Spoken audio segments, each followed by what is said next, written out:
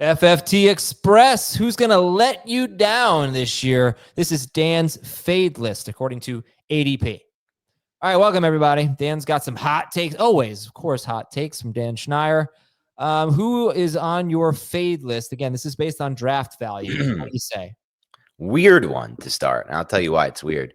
It's weird because very rarely in my fantasy career, Adam, have I been on a player at cost 2-3 months ago when we start doing our prep and then come full circle and come off of him. But that's Tyreek Hill.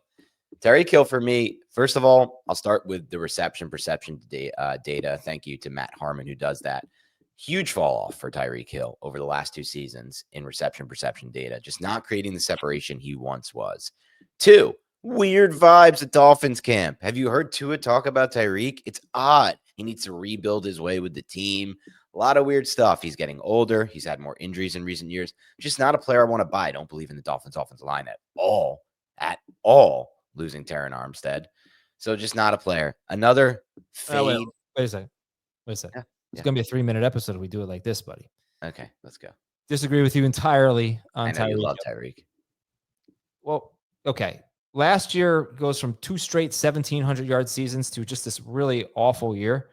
I don't buy it. I think it was the injury. He had a preseason injury. He's a 3rd-round pick. He's going 29th overall, middle of the 3rd round. So you had Tua missing a chunk of games last year. When Tua was healthy, Tyreek was on pace for 134 targets, which isn't what I want. I'm hoping for like 170 targets, but I'll take 134 targets in the 3rd round from Tyreek Hill. He's still, I watch tape. I don't watch it like Matt Harmon. I'm not going to tell you about his separation, but I saw he still ran by people last year, and he's lost weight so he can get back to an even faster version of himself. He made that sprinter cancel the race because obviously Tyreek was going to beat him or whatever. I think he has speed for days, and he's the most talented player. And they traded Jonnu Smith. That is a huge deal to me. Fair. So I am all in on Tyreek Hill in the middle of the 3rd round. I think he's a 2nd-round pick. Well, just do me a favor. Don't get any ideas about you canceling on our tennis match or anything like that, like the sprinter. All right. Get a grip. All right, go ahead. Get a grip. Let's move on to another team I'm basically fading across the board. And they have 2 players who I absolutely just can't get on board with at ADP. I'll go with the one I can't get on board with more than the other, Jaxon Smith-Njigba. My God, can I not fade a player more than this guy? I will not be drafting him in any leagues where he's going. I look at the board, I see JSN, and I'm like, this makes 0 sense. He's not a big touchdown scorer. He's not a big play threat. I don't know his role in this offense. This offense is going to change. It's going to go from heavily one of the most 3-receiver set offense in the NFL under Grubb to all tight ends with Kubiak. Last year, Jacob Gibbs and I went over some Beyond the Box score this week. The Saints were 30th in 3-receiver sets last year. I just don't love what I'm seeing there. The player's great, but Darnold, I'm not a buyer into. The offensive line is terrible. And the role and just the entire offense is going to look different. I think we're going to see a lot of bootleg, a lot of throw to the tight ends. Not my guy. Kenneth Walker, my God, we're going to keep hyping him up year after year and blowing him up ADP-wise. He is in the 40s, and it's like, all right, I get it. He's talented, but he has a good back next to him in the backfield. He has a terrible offensive line, questionable quarterback, and he gets injured a lot, and he goes for big plays a lot. That doesn't add up to his ADP for me. That one's kind of simple. Any thoughts on either of my Seahawk fades? I don't know that I'm fading either of them. I've actually seen JSN kind of make it to the 4th round. If you can get him in the 4th round, I think that's great. His ADP is 33rd overall. I'm fine with that. I think he's going to get a lot of targets. I like that they're going to move him outside. And he'll play in the slot as well. But yeah, look, you can get tight ends on the field, but it's not like these tight ends are going to command a lot of targets. So that doesn't really bother me.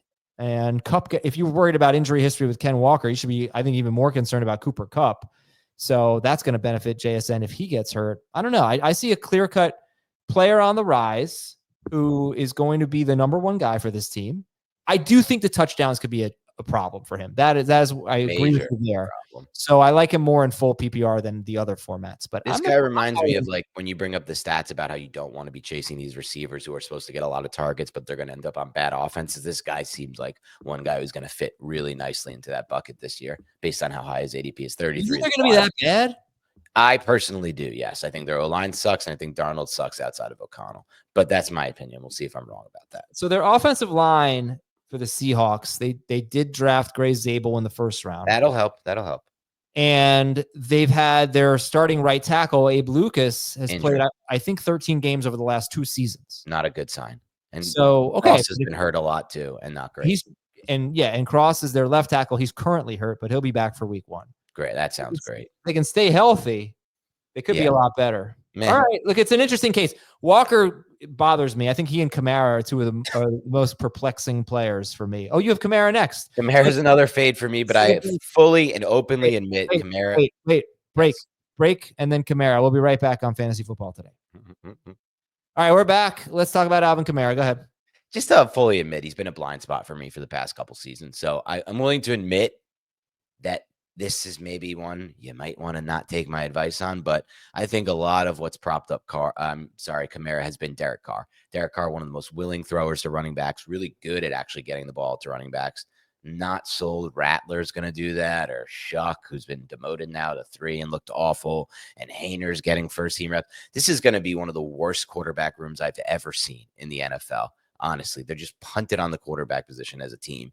And I think it's going to look really bad. We're talking 150 to 170 passing yards a game from the Saints. So I just don't buy the reception total being as high. I don't buy the target total being as high. That's not going to happen, by the way. You think they'll have more than that passing yards per game on average? Let me see if anyone's ever even come close to that. 175. Okay, Chicago. Yeah, you'd be surprised. 175 is not as low as you. Oh, no. It's really low. It's been 3 years since anyone's been below 190. That's not true. People aren't averaging. I'm looking at it right now. I'm looking at it right now. 3 years ago, we had 2 teams under 190.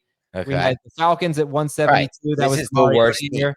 We had the Bears at 153. That must be right. And them or the Browns Browns get Flacco. I'll take Browns over them for passing for sure. I don't think people realize how bad it's going to be with Shuck, Hayner. And the question is, does it matter for Kamara? Yeah, it does, because Carr was targeting him heavily, and he had Kubiak, who designed this whole offense around running back screens. We'll see. I'm just not in on that at all. All right, but listen, hold on. Before you say that, these were the amount of targets he got in 4 games without Derek Carr. Yes.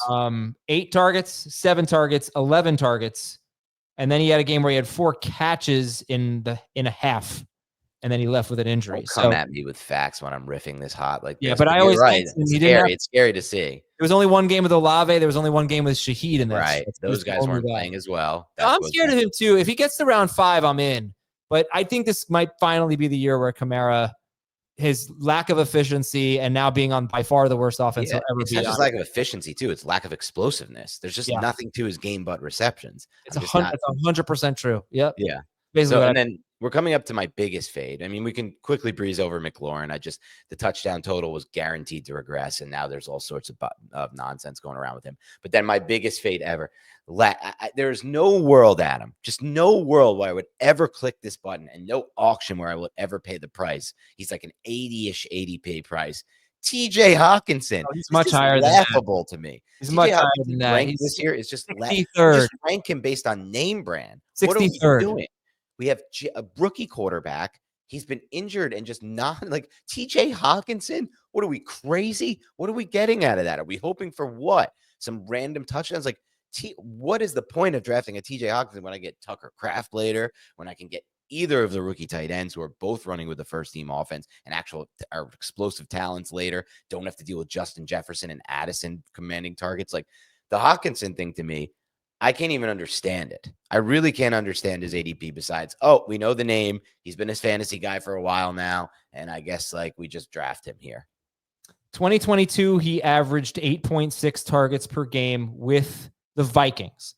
And that was a team that had Justin Jefferson, Adam Thielen, and KJ Osborne. Yeah, they were throwing. Addison.